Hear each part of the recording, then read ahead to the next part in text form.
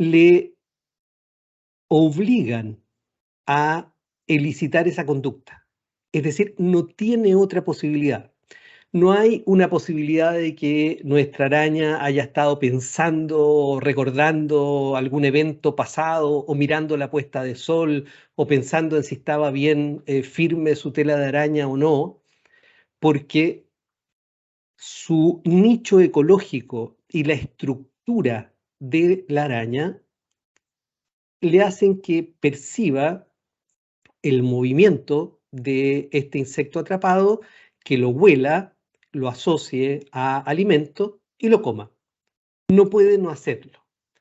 De alguna manera podríamos decir que su instinto la obliga a tener esa conducta. No hay otra posibilidad. Vamos a una segunda pregunta. ¿Cuál será la próxima comida de estos Homo sapiens que vemos aquí? Esta vez no les voy a pedir que lo respondan en voz alta porque imagínense la cantidad de respuestas. En realidad puede haber alguno de ellos que esté haciendo ayuno, alguno que por razones culturales solo coma vegetales, alguno que por convicciones ecológicas sea pescatariano, alguno que no tenga para comer o que ya haya comido recientemente, etc. Hay muchas situaciones posibles que hacen que haya una gran variabilidad respecto de esta simple decisión respecto de qué comer, ¿no?, en nuestra próxima comida. Hace unos años atrás se hizo un experimento en una universidad norteamericana que consistía en lo siguiente. Los sujetos del experimento se enfrentaban a un juego online que les permitía a poco andar darse cuenta de que ellos podían hacer trampa. Podían hacer trampa con bastante seguridad de que no iban a ser descubiertos.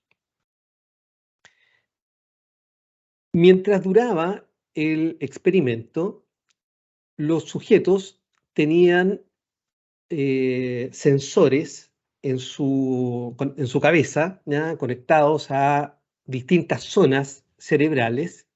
Por lo tanto, se podía ver la actividad que había en distintas partes del cerebro. Finalmente, el experimento arrojó 3 grupos de sujetos. Los sujetos que en su corteza frontal tuvieron una pequeña actividad, aquellos que tuvieron una pequeña actividad en el sector de la amígdala y que se correspondían a aquellos que tomaron la decisión de hacer trampa inmediatamente, es decir, se dieron cuenta que podían hacer trampa y la hicieron sin mayores reflexiones. Aquellos que se dieron cuenta que podían hacer trampa y no lo hicieron sin mayores cuestionamientos.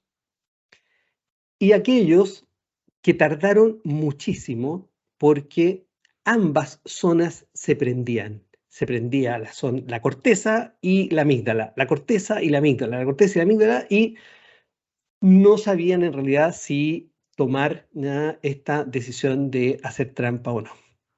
Por lo tanto, el tiempo que tomaron para decidir, que en algunos casos decidieron una cosa, en otros otra, fue bastante más largo.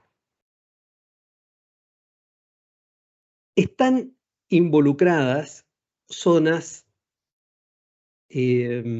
por así decirlo, nuevas en nuestro desarrollo evolutivo del cerebro, y están involucradas zonas muy antiguas como la amígdala, que está más asociada a este cerebro reptiliano que podría identificar más a la araña, que no tiene otra posibilidad, y a esta serie de sujetos ya que tiene muchas consideraciones que hacer para tomar su decisión. Cuando hablamos de una estructura de personalidad, estamos hablando de una forma de ser más o menos permanente. Si la asociamos a la forma en que tomamos decisiones, podríamos hipotetizar que una persona con una particular estructura de personalidad toma usualmente decisiones de la misma forma o considera, prioriza más o menos de la misma manera determinados elementos. Hacia allá queremos ir. Una primera consideración acerca de la estructura de personalidad. La personalidad es un conjunto de elementos que tiene inputs muy variados. Hoy día podemos cuantificar más o menos cuántos de esos elementos son de carácter genético, es decir, están grabados en nuestro ADN. Son parte hereditaria. Hemos recibido una determinada conformación, así como decíamos, la araña ya tiene perceptivamente dos áreas fuertes, las táctiles y las olfativas. Cada uno de nosotros como seres humanos también tenemos una determinada estructura biológica que nos hace tener determinadas tendencias. Pongo un ejemplo para que tengamos una imagen. Algunos de nosotros tenemos una tendencia a ser más extrovertidos, sociables, amistosos, expresivos, y otros una tendencia hacia ser más introvertidos, más racionales, más analíticos, menos sociables.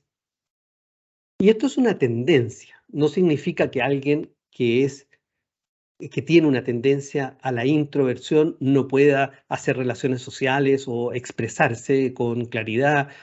Por supuesto que puede hacerlo. Y si hay que hacer en punto para Oye, ¿cómo va la clase? Bien, pues, weón. ¿Te tenía? Y hola. ¿Pasado lista? No. Diego, perdón, Hugo. Ahí sí. Perdón, Bueno, Hugo. Adelante. esto fue feedback contingente, porque escuché que está ahí piola, así que está muy bien. Ahí está muy bien. Esas cosas que nos suceden cuando estamos en vivo y en directo. Así que. Eso es. Adelante. Entonces, Perdón, Hugo, adelante. ¿cuánto de nuestra personalidad es hereditaria? Más o menos el 50%. Los más arrojados dicen entre un 40 y un 60%. Es decir, tenemos una gran cantidad de nuestra forma de ser asociada a nuestros genes, al material genético. Inputs biográficos, la historia de nuestras interrelaciones. Si somos uno entre 3 hermanos, uno entre 4, si somos hijos únicos. Esto impacta fuertemente en la forma de ser. Si hemos tenido una infancia muy exigida, con muchos desafíos, o si hemos tenido una vida de príncipes o de princesas, digamos, durante nuestra infancia, por supuesto que eso nos impacta nuestra forma de ser. Y a medida que va avanzando nuestra vida, nuestras decisiones respecto de las estrategias que implementamos para solucionar nuestra problemática vital y que vamos incorporando como exitosas, es decir, que nos sirven para resolver nuestras problemáticas, van haciendo que esas estrategias sean parte de nuestra forma de ser. Esto hace que todos seamos únicos. No hay dos personas iguales. Nosotros somos todos diferentes, pero podemos generar estos clústeres de rasgos de personalidad que nos permitan agrupar y comprender la conducta desde el punto de vista de la personalidad. Desde el punto de vista de la funcionalidad, la personalidad resulta ser un mecanismo de adaptación a la vida en sociedad. Es decir, si tuviéramos un sujeto único, solitario, en una isla, probablemente ese sujeto no desarrollaría una estructura de personalidad. no le sería necesaria. No tendría por qué desarrollar una forma de navegar en las redes, ¿ya?, de una sociedad interconectada con interrelaciones. También debemos concluir que todos los animales sociales tienen, por lo tanto, personalidad. Es decir, todos los que necesitan resolver cómo navegar en sociedad tienen que desarrollar una personalidad. Todos los de esta audiencia que hayan tenido o que tengan mascotas, gatos, perros, ¿ya?, cualquier animal doméstico, podrán saber que desarrollan una forma de ser que les permite vincularse con los miembros de la manada, que pueden ser otras mascotas o ustedes, que ustedes son parte de la manada de esas mascotas. Y estas mascotas desarrollan una forma de relacionarse con ustedes que les permite obtener atención, cariño, comida, etc. De la misma manera, nosotros como personas hemos desarrollado ciertas habilidades que se expresan en rasgos más fuertes que nos permiten navegar de determinada manera en la sociedad. Si los tipos de personalidad, los diferentes tipos de personalidad se han mantenido a través del tiempo, significa que han sido exitosos frente a determinados desafíos recurrentes de la humanidad. Si no hubieran sido exitosos, no se habrían mantenido. Por ejemplo, pensemos en una conducta que es muy identificable a nivel bien basal. Frente a un peligro, frente a una amenaza, las tres respuestas más habituales del Homo sapiens son atacar, arrancar o paralizarse. Paralizarse que implicaría frente a amenazas que tienen, por ejemplo, baja percepción, poder mimetizarse o transmitirle que no representamos una amenaza y por lo tanto evitar el ataque. Pensemos ahora en una estrategia que sea totalmente inefectiva. Por ejemplo, llamar la atención de aquello que representa una amenaza. Imaginemos un animal salvaje, llamamos su atención y no hacemos nada más. Lo más probable es que fuéramos atacados, ¿ya?, o devorados por ese animal salvaje. Por lo tanto, esa conducta de haber existido se habría extinguido. ¿Por qué se habría extinguido? Porque no es eficaz. Entonces, cuando hablamos de estas 9 estrategias que representan el modelo de Nine Sapiens o del Eneagrama, estamos hablando de estrategias que sí han resultado ser efectivas. ¿Cuáles son los principales desafíos evolutivos? Y aquí estoy hablando desde la psicología evolucionista. El primero, sin duda, fue sobrevivir. Y aquí tenemos que pensar en los tipos que tienen una respuesta más básica. Por ejemplo, el tipo 8, la fuerza, atacar, defenderse, todo lo asociado a la fuerza, todo lo asociado a buscar alimentos, como podría ser el 3, ¿ya?, están asociados al sobrevivir y podríamos pensar que son los más tempranos en aparecer. El tipo 6, que es capaz de detectar el peligro. Todos están asociados a este desafío primario, ¿ya?, que es mantenernos vivos. Luego de mantenernos vivos, tenemos que reproducirnos. Antiguamente se decía que sobrevivían los más fuertes. Hoy día sabemos que esto no es así, ¿ya? No solo sobreviven los más fuertes, ¿ya?, también sobreviven los más astutos, sobreviven los más rápidos, sobreviven los más ágiles, etc.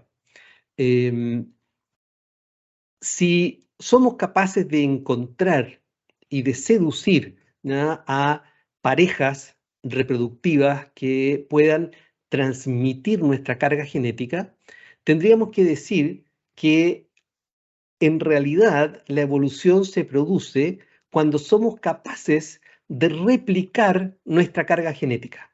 Si somos capaces de replicar nuestra carga genética, entonces estamos siendo evolutivamente eficaces.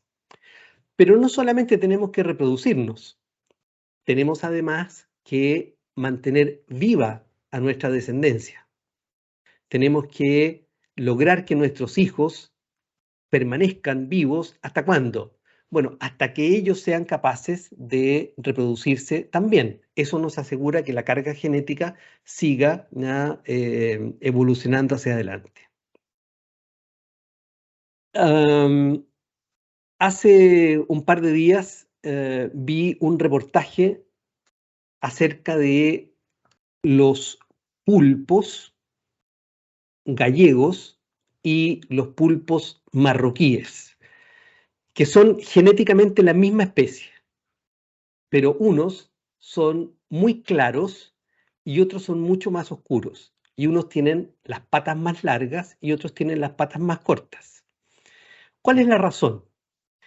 Los pulpos gallegos viven entre las rocas y, por lo tanto, necesitan encontrar su alimento en lugares mucho más lejanos y difíciles que el pulpo marroquí, que vive en la arena. Ambos tienen la posibilidad de mimetizarse. Entonces uno se mimetiza más con las arenas más blancas y el otro con las rocas más oscuras. Esto hace que haya una separación entre las características de uno y otro, siendo genéticamente muy parecidos. Son genéticamente la misma especie, pero si los miramos, unos son más oscuros, unos son más claros, unos tienen las patas más cortas, unos tienen las patas más largas. ¿Por qué se ha producido eso a lo largo de cientos, de miles de años? Es porque en el sector de Galicia son más efectivos los que tienen las patas más largas y son más oscuros, y son más efectivos en Marruecos los que son más claros y tienen las patas más cortas. De la misma manera, nuestros genes se van a ir aleatoriamente reproduciendo, dejando presentes a aquellos que logran ser más efectivos. ¿Cuál es nuestro cuarto desafío? Y probablemente es el desafío que aún no hemos logrado resolver como especie y que probablemente hoy día nos tenga en un cuello evolutivo. No sé cómo se percibe desde Chile, pero desde Europa hoy día se percibe muy fuerte el tema de la guerra. Estamos a puertas de una tercera guerra mundial y no hemos logrado resolver este gran desafío.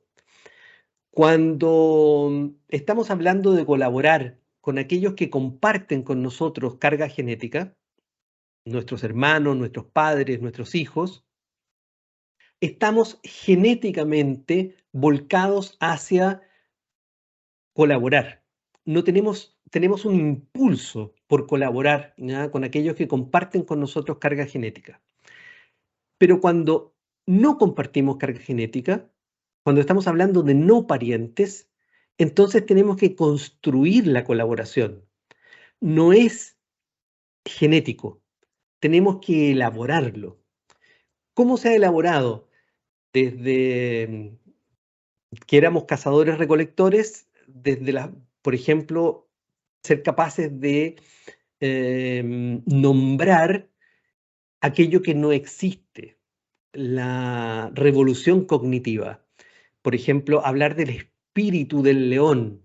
Y todos nosotros los de esta tribu estamos amparados bajo el espíritu del león. Ninguno de ellos había visto el espíritu del león y no es posible ver el espíritu del león. Y desde el punto de vista fáctico no existe el espíritu del león. Pero si todos creemos y somos capaces de verbalizar este espíritu del león y sentimos que eso nos une, somos capaces de colaborar porque tenemos algo en común. Si esto le suena muy, muy lejano, hablemos de los países, las banderas, los himnos, todo aquello que nos hace que nos sintamos de alguna manera orientados o impulsados a colaborar con aquellos que no son nuestros parientes. ¿Cuándo se desarrolló entonces la personalidad? La personalidad tiene que haber evolucionado en nuestro periodo más largo de evolución como especie. Tengamos en cuenta que nuestra especie es extremadamente nueva. Por favor, jueguen conmigo en esta imaginería. Si el tiempo de vida de nuestro planeta, pudiéramos graficarlo en una escala de 24 horas, las primeras 12 horas, es decir, la mitad del tiempo de existencia de nuestro planeta, no hubo oxígeno en nuestro planeta. Por lo tanto, no había ninguna posibilidad de que las especies que hoy día existen hubieran existido. Es decir, más o menos en la mitad del tiempo de la existencia de nuestro planeta, recién empiezan a aparecer elementos unicelulares, multicelulares a las 7 de la tarde, a las 11 de la noche, los primeros invertebrados, a las 11:30 los vertebrados. Nuestra especie, el Homo sapiens, tiene que haber aparecido un segundo antes de la medianoche. Esa es la escala. Y si estamos hablando del Homo sapiens, lo que quedan de nuestra especie son 32.000 años, 38.000 años de evolución. En ese momento se desarrolló nuestra estructura de personalidad. Es decir, fue necesario un mecanismo que nos permitiera colaborar con los otros y llegar a acuerdos. ¿Cuáles serían estos tipos en esta mirada? Lo que tenemos aquí es la figura propuesta por el modelo del enagrama, un círculo y números. Los números tienen una razón de ser pedagógica desde el punto de vista de hacer que cada uno de los tipos sea neutro respecto del otro. No hay ningún tipo que sea mejor que otro, son todos un determinado mapa de fortalezas y de debilidades. Entonces, lo que hemos hecho aquí es buscar el origen evolutivo de cada uno de los tipos. Tendríamos que decir que probablemente de los primeros en aparecer sería el que era capaz de detectar los peligros, el guardián. Seguidamente, aquel que era capaz de lograr la supervivencia a través de generar fórmulas de caza, de atrapar pequeños roedores, animales pequeños o recolectar y generar formas creativas de llevar el agua y mantenerla en la caverna. Luego tendríamos que hablar del tejedor social, el que fue capaz de generar relaciones que permitieran establecer colaboración con otras tribus que fueran capaces de preocuparse de la reproducción. El tipo 8, capaz de enfrentar los peligros, de aplicar la fuerza a la separación entre pequeñas tribus o mantener con fuerza y con decisión la unión de un clan. Seguidamente, cuando empezamos a establecernos, ya la fuerza y la determinación del 8 empieza a no ser totalmente eficaz. Necesitamos moderar nuestro impulso más violento y allí tenemos al pacificador, cuando es necesario establecer reglas de convivencia, reglas de justicia, el regulador. Cuando necesitamos explorar nuevos territorios y lanzarnos al mar en pequeñas barcazas que nos hacían arriesgar la vida para conocer qué había ahí en la isla del frente, si habrían más alimentos, si sería mejor el clima, el tipo 7, el explorador. Y finalmente, el 4 y el 5, probablemente los más tardíos en aparecer después de la revolución cognitiva, que tiene que ver con el asegurar el conocimiento, el explicar los fenómenos de la naturaleza, y el mago, el que es capaz de simbolizar, el que es capaz de crear este símbolo como el espíritu del león, o el que es capaz de generar una mística en el grupo. Vamos a utilizar a uno de los tipos para dar un ejemplo y llegar al tema de las decisiones. Como son 9 y el tiempo es limitado, no podemos revisarlos todos, pero vamos a utilizar uno como ejemplo. El tipo 1. ¿Cuándo surge? Probablemente en la última glaciación. Perdemos la posibilidad de acceder al alimento, ya desaparecen los pequeños roedores, no tenemos nada que recoger porque todo está congelado. Se hace necesario cazar en grupos más grandes porque buscamos las presas más grandes, los mamuts, los elefantes, pero ya no nos sirve el pequeño grupo de pares de la pequeña tribu, sino que tenemos que asociarnos con otras tribus para salir a cazar. Y esto implica colaboración, y colaboración implica reglas, ¿ya? ¿Cómo lo hacemos? La mayor parte de estas incursiones de cacería terminaba en que no lográbamos cazar el mamut. Pero imaginémonos que en una de ellas somos exitosos y logramos cazar el mamut. ¿Cómo nos repartimos el mamut? ¿Quién se lleva la mejor parte? ¿Quién se lleva el filete del mamut?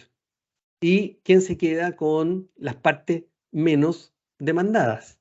Tenemos que tener a alguien que tenga criterios de justicia, de equidad, para que reparta. Y hay vestigios arqueológicos que muestran huesos que tienen cortes uniformes, lo que hace pensar a los antropólogos que efectivamente hubo una persona que mantenía el rol de ser el que repartía estas presas de caza. Imaginemos una presión evolutiva, ¿ya? Estamos hablando de un cuello evolutivo donde necesitamos desarrollar, ¿ya?, la capacidad de comportarnos moralmente. En ese momento se hace necesario enfrentar ese desafío y nuestro cerebro genera una mutación. Fíjense ustedes que en el caso del 1, lo que proponemos es que ha secuestrado la zona de la repugnancia. Esta repugnancia, que es un instinto, ¿ya?, ubicado en la corteza insular, ¿ya?, que nos hace, por ejemplo, tener arcadas cuando vemos algo que está descompuesto, que nos permite no ingerir alimentos que podrían ser potencialmente peligrosos o mortales. Esta misma zona del cerebro se le entregó una segunda función más adelante en el desarrollo cerebral, que es un mecanismo que nos permite asociar también la repugnancia moral en la misma zona. Por eso es que cuando intentamos reflejar una conducta inmoral, hablamos de una conducta repugnante, de un comportamiento sucio, asqueroso, repulsivo. Por eso es que inconscientemente, cuando cometemos una falta moral, queremos lavarnos la suciedad de aquella conducta inmoral. Porque ambas, tanto la repugnancia física como la repugnancia moral, están asignadas a la misma zona de nuestro cerebro, que es la corteza insular. Todos tenemos este mecanismo, es decir, no solo los unos funcionan de esta manera. ¿Cuál es el tipo 1? El tipo 1 es el que tiene una exageración en este mecanismo y, por lo tanto, tiene una corteza insular hiperactiva. ¿Cuáles serían los rasgos troncales de un tipo 1? Un rechazo visceral, es decir, una reacción prácticamente física a la suciedad moral, al desorden, al incumplimiento de las reglas, de las normas. Un deseo imperativo de corregir, de hacer lo correcto. Y un alto control de sus propios impulsos. Mucho más reprimido en sus impulsos y mucho más abierto a controlar el comportamiento de los otros, a normar el comportamiento de los otros, a predicar con el ejemplo. ¿Cuáles son las ventajas evolutivas? ¿Por qué se ha mantenido este comportamiento hasta nuestros días? Porque fue quien impulsó las primeras reglas de convivencia, absolutamente necesarias para enfrentar este desafío de colaborar con aquellos que no son nuestros parientes. Nos ayudó a ordenar nuestra vida social para facilitar que pudiéramos colaborar. Vamos a la conducta. Si ustedes fueran un tipo 1, es decir, pongámonos en el caso ya de que tuviéramos fuertemente el imperativo de corregir y de rechazar cualquier comportamiento inmoral. Ustedes están a cargo de un equipo en una organización y tienen la oportunidad de lograr sus metas anuales, es decir, esto es un gran logro porque van a haber logrado lo que se habían propuesto durante todo el año, simplemente modificando a la baja un indicador. Imaginemos que hay 10 indicadores, pero hay uno que si ustedes lo modifican a la baja, les haría cumplir sus metas anuales. Esto no es en absoluto ilegal porque implicaría un cambio de criterio, ¿no? Es decir, sería perfectamente explicable, pero desde el punto de vista de haberse fijado las metas no sería correcto. No es ilegal, no se salta la norma, pero no es correcto. Todo el equipo que está reportándole a usted, están todos de acuerdo con hacer esta pequeña trampa, que no es otra cosa que un cambio de criterio, ¿no? Y lograr las metas. Entonces, la pregunta es, ¿qué creen ustedes? ¿Hará trampa el tipo 1? ¿Qué opinan? ¿A viva voz? ¿Sí? Yo creo que no hace trampa porque le repugna. Correcto. ¿Estamos de acuerdo todos? De acuerdo. Pero, ¿y la presión social Muy buena después pregunta. sobre el aspecto biológico? Muy buena pregunta. ¿Cuánto pesa? Es la tercera pregunta. ¿Cuánto pesa la opinión de su equipo en él? ¿Creen ustedes que es una persona más orientada hacia sí misma o más orientada hacia los demás? ¿Va a escuchar la opinión de los demás o la opinión suya es tan fuerte, tan segura, tan decidida que va a ser suficiente? Otra pregunta es cuánto se demora en tomar la decisión. ¿Lo decide inmediatamente? ¿Tiene elementos suficientes ya a la vista o lo va a reflexionar unos días? Cuarta pregunta, ¿cuánto le conmueve emocionalmente defraudar la expectativa de su equipo? Porque si él decide no corregir el indicador, sin duda que va a generar una gran decepción en su equipo. ¿Necesitará más información para decidir? Cantidad de información que considera. Fíjense ustedes en el siguiente cuadro, y aquí estamos hablando de todos los tipos.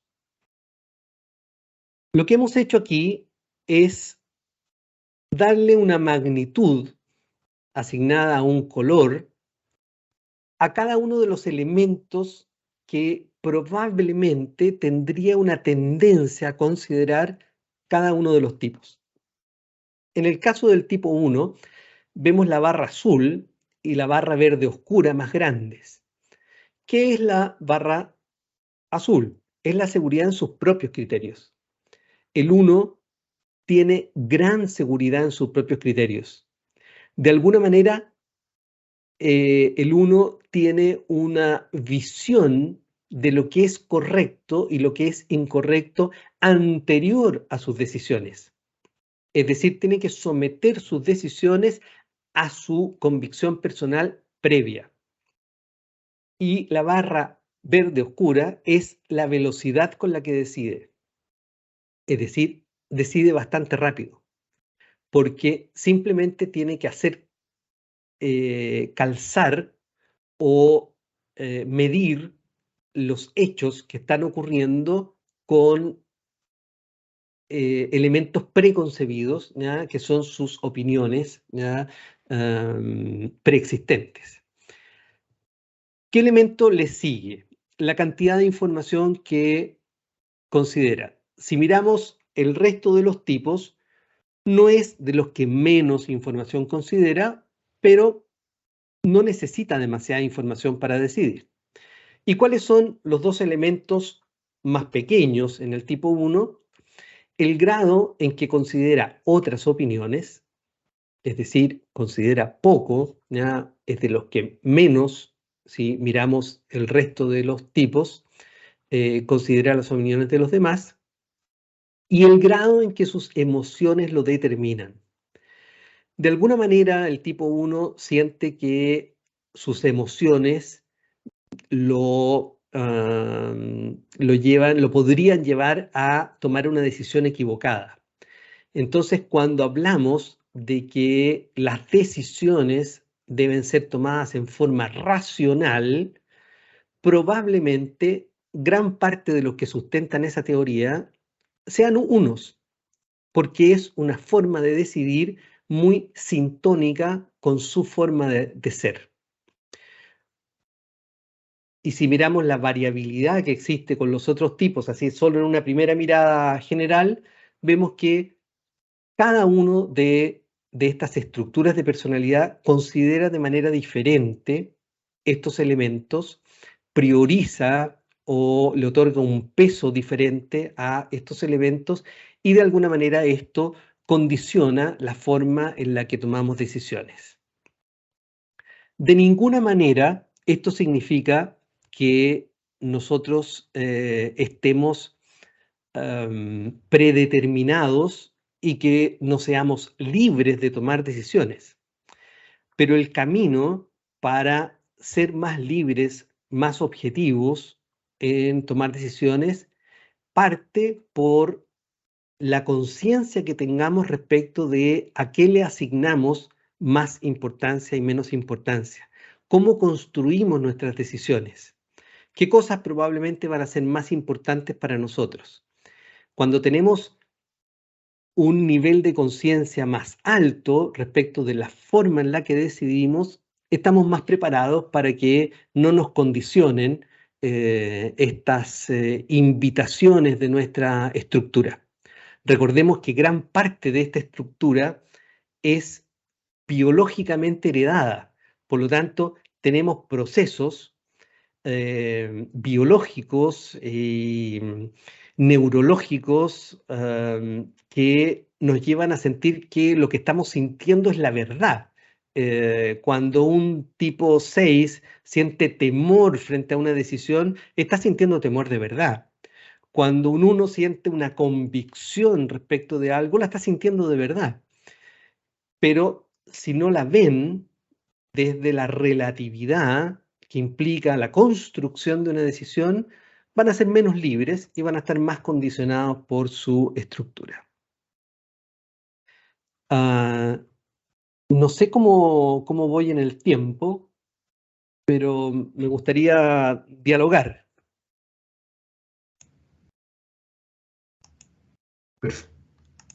Perfecto, Hugo. estamos muy bien con el tiempo, estamos justos, así que queda ofrecida la palabra a todos los presentes para que podamos dialogar un poco con el profesor Hugo.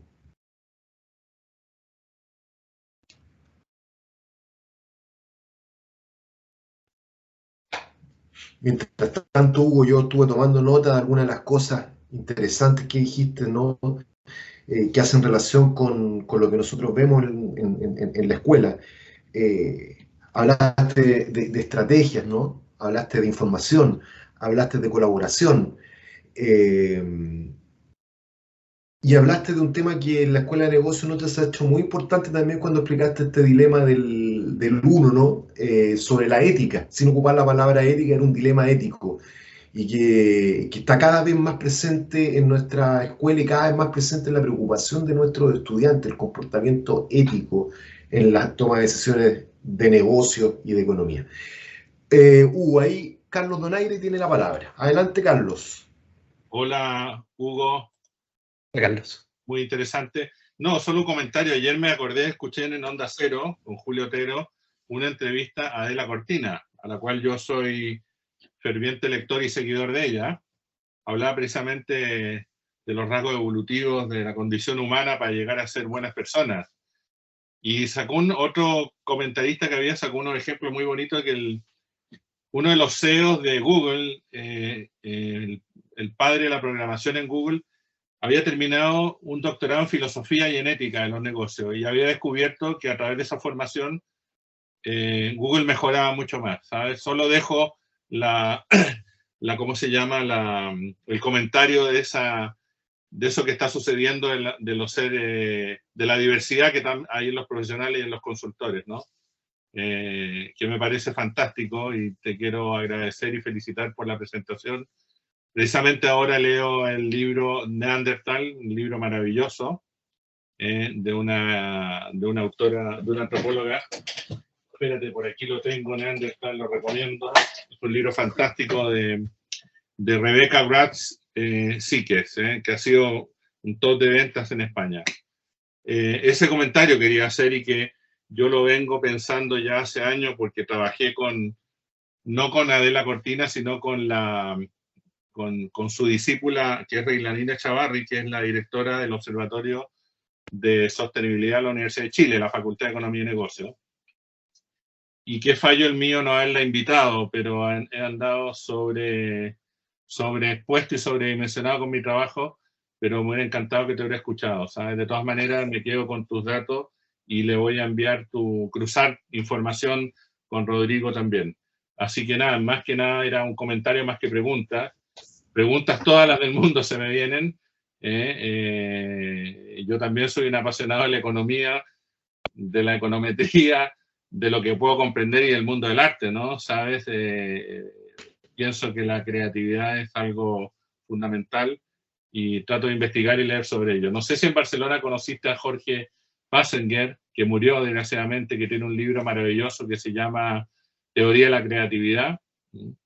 Es uno de mis libros de cabecera y nada, ahí lo dejo. Muchas gracias, Carlos. Enhorabuena. Muchas gracias, Carlos. Ahí tomamos nota de las sugerencias. Perfecto. Queridos estudiantes, profesores que están aquí presentes, ¿alguna pregunta? Ahí está la profesora Bofané. Adelante y aquí. Está sin micrófono y aquí. Aquí. He estado dándole vuelta al concepto de esto de la evolución y esta tremenda pandemia que nos ha ocurrido y que se plantea que probablemente sea, sin ser pesimista, la primera de una serie de sucesos que nos están ocurriendo, como primero la pandemia, ahora la guerra. Entonces,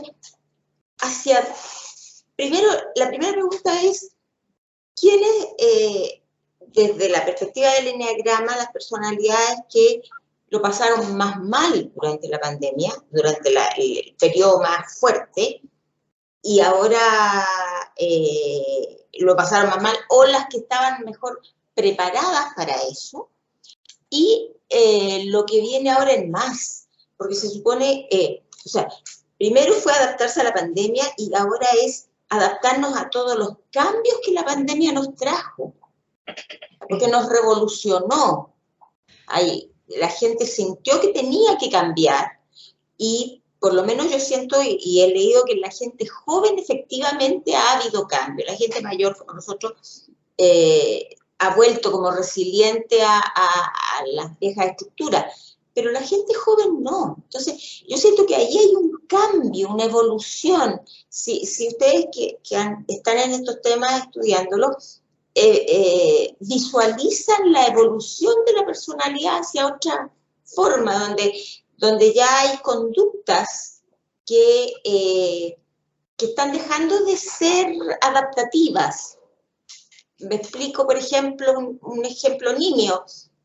Nuestro presidente actual, que parece tan lejano de este uno y sus reglas, pero del uno de las reglas que considera no útiles, no de la moral y la ética. Entonces, ahí hay como una evolución en la personalidad. Por ahí estoy en casi pensamiento hablado. Yo creo que probablemente cuando hablamos de evolución, estamos hablando de una escala que no somos capaces de visualizar desde la perspectiva de una persona que vive, pongámonos optimistas, 80, 90 años. Es decir, desde el punto de vista evolutivo, es tan absolutamente insignificante esa mirada que percibir una tendencia en un cambio evolutivo creo que no es posible.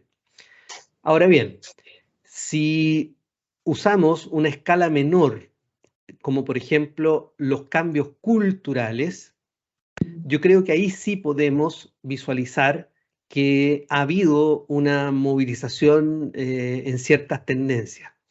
Por ejemplo, la digitalización. La digitalización para una gran parte de la población adulta era algo que probablemente no iba a ocurrir. Y es más, que tenía desechada. Y la pandemia obligó a un cambio de paradigma y abrirse a la digitalización. Y hoy día probablemente no podamos volver atrás respecto de la digitalización. Este mismo hecho de que estemos haciendo esta colaboración, ¿ya?, entre Universidad en Chile, Universidad de Barcelona, en tiempo real, respecto de un tema que nos está motivando hoy día, ¿ya?, resolver, es algo que no podríamos haber pensado que era posible, ¿ya?, hace 2 años atrás. Respondiendo a tu pregunta de quiénes creo yo que lo pasaron más mal, probablemente aquellos que tienen una tendencia más fuerte a la interrelación. Estoy hablando del 2, del 3, del 6, del 7, del 8. Y aquellos que tenían, digamos, una batería de recursos más potentes para la soledad, para la independencia, para mantenerse más alejado de la interrelación de una manera satisfactoria. Estoy hablando del 1, del 4, del 5, del 9. Probablemente tenían más armas para mantenerse más alejados, ¿ya? Ahora bien, si pensamos, por ejemplo, en que respecto de las decisiones importantes en una organización, tendríamos que promover que fueran más participativas y más independientes, menos sesgadas, más libres, probablemente los tipos que no tuvieron mayores problemas, estoy hablando del 1, del 4, del 5, del 9, tengan más problemas con la participación y los 2, 3, 6, 7, 8 tengan más problemas con la neutralidad, porque van a estar muy atentos a incorporar las opiniones de todos, etcétera, etcétera. Entonces, son distintos desafíos los que cada tipo tiene. No es que unos tengan y otros no tengan. Son diferentes tipos, ¿ya?, de desafío. Y para cerrar la respuesta a tu pregunta, creo que si algún cambio se visualiza desde el punto de vista macro como un desafío para la humanidad, es que yo creo que va a haber un cuello evolutivo respecto de la colaboración, porque la colaboración se basa fundamentalmente en la confianza y nuestra especie se ha dedicado los últimos 50 años a destruir las bases de la confianza. Entonces nos hemos ido alejando cada vez más, confiando cada vez menos ya en los roles sociales, confiando menos en nuestro vecino, confiando menos en nuestros países vecinos, en la diversidad, ¿ya?, en otras razas. Por lo tanto, al ir haciéndonos cada vez más desconfiados, individualistas, nos alejamos de la posibilidad de colaborar. Y si no somos capaces de resolver eso, eso se va a convertir en un cuello evolutivo que probablemente nos lleve a una extinción como especie. Ahora, cuando digo desde el punto de vista evolutivo una extinción masiva de nuestra especie, no estoy siendo ni alarmista ni catastrofista. Estoy hablando de algo que ha ocurrido en la historia de nuestra humanidad en más de una oportunidad. Al menos 3 veces ha habido extinciones masivas y aquí seguimos, ¿ya? Por lo tanto, no sería raro que hubiera una extinción masiva en el futuro. Gracias. Muchas gracias, Hugo. Gracias a ti, Jacqueline, por la pregunta. Bueno, ofrezco la palabra ya por última vez para ir cerrando. Yo quiero hacer una pregunta porque a mí me toca intervenir organizaciones. Si la perspectiva de ustedes es que la biología está modulando el 60-70% de nuestra personalidad, ¿qué posibilidades tengo yo de intervenir en una organización? Si tengo, por ejemplo, a un líder 6 que tiende a rodearse de un grupo o que lo hereda, que no sé, invento, tiene un 2, un 8 y un 4 de colaboradores. Y yo llego como una consultora externa a intervenir. Si yo parto desde el principio de que la biología nos está determinando, ¿tengo posibilidades de intervenir realmente? Es muy buena la pregunta. Yo soy un convencido de que sí. Nosotros podemos hacer cambios en las organizaciones. Yo he visto cambios importantes en organizaciones a partir de comprender el porqué de las dinámicas que se producen. Por ejemplo, esto que tú has expresado en un relato, tengo una jefatura 6 y que tiene colaboradores 8, 4, 2. Si tú esto lo graficas, lo pones en una gráfica, haces un círculo y pones ahí el 6, el 2, el 4, el 8 y conversas acerca de cuáles de las dinámicas que actualmente se dan en el equipo serían explicables respecto de la interacción de estas estructuras de personalidad, lo que tú estás provocando es elevar el nivel de conciencia respecto de aquellas relaciones que son más mecánicas, más automáticas, y les estás dando más libertad para elegir cuáles podrían ser acuerdos conductuales. La gracia que tiene la organización es que la organización es finalmente una serie de conductas visibles. Es decir, si tú tomas un acuerdo respecto de un hacer o un no hacer en una organización, es suficiente nivel de cambio. No necesitas un cambio en la esencia de las personas, necesitas un cambio en las conductas de las personas, en la forma en la que se relacionan.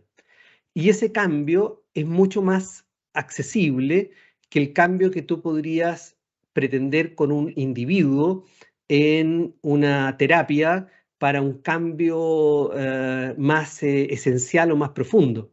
Ese es un cambio muy complejo, muy difícil, y ahí probablemente en nuestro mejor escenario sería lograr gestionar la estructura que tenemos, no cambiarla, sino que gestionar la estructura que tenemos.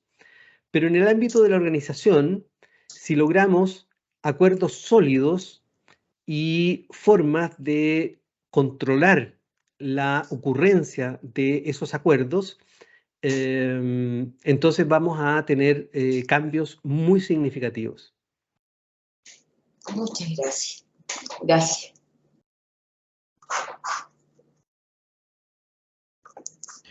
Bueno, en virtud de la hora vamos a ir terminando, Hugo. Antes, dos avisos. Primero, que en el chat publiqué el link para una encuesta, así que le solicito a todos, por favor, los presentes que puedan respondernos el link. Es una encuesta muy cortita, pero que nos sirve para seguir fortaleciendo la vinculación con el medio que tenemos acá en la Universidad Central. En segundo lugar, decir que el libro de Hugo está a la venta acá en Santiago, está en la librería Ulises, en el barrio Las Tarrias. Vayan con tiempo, porque el barrio Las Tarrias, yo no iba como hace más de 2 años al barrio Las Tarrias, realmente el barrio Las Tarrias está muy bonito, está lleno de vida, lleno de cosas, así que va a ser un buen paseo. ¿Y qué más, pues, Hugo? Agradecerte, mandarte un abrazo a la distancia. Qué bueno que estás acá virtualmente en tu país, ¿no es cierto?, en Santiago, con estudiantes acá en Santiago de Chile. Así que un gran abrazo, muchas gracias, y sin duda que espero que este sea el comienzo de un trabajo conjunto en equipo por mucho tiempo, porque tenemos muchas convergencias. Así que un gran abrazo, Hugo, a la distancia. Y por último, quiero ser justo, porque antes hablé de la coautora Claudia, y tenía el apellido ahí, Claudia Nario, es la coautora del libro Nine Sapiens con Hugo Gruglia. Así que muchas gracias, Hugo, un gran abrazo a la distancia. Muchas gracias a todos. Muchas gracias. Muchas gracias. Muchas gracias. Chao, Hugo, gracias. Muchas gracias a los estudiantes y estudiantas que participaron. Mañana en clase conversaremos.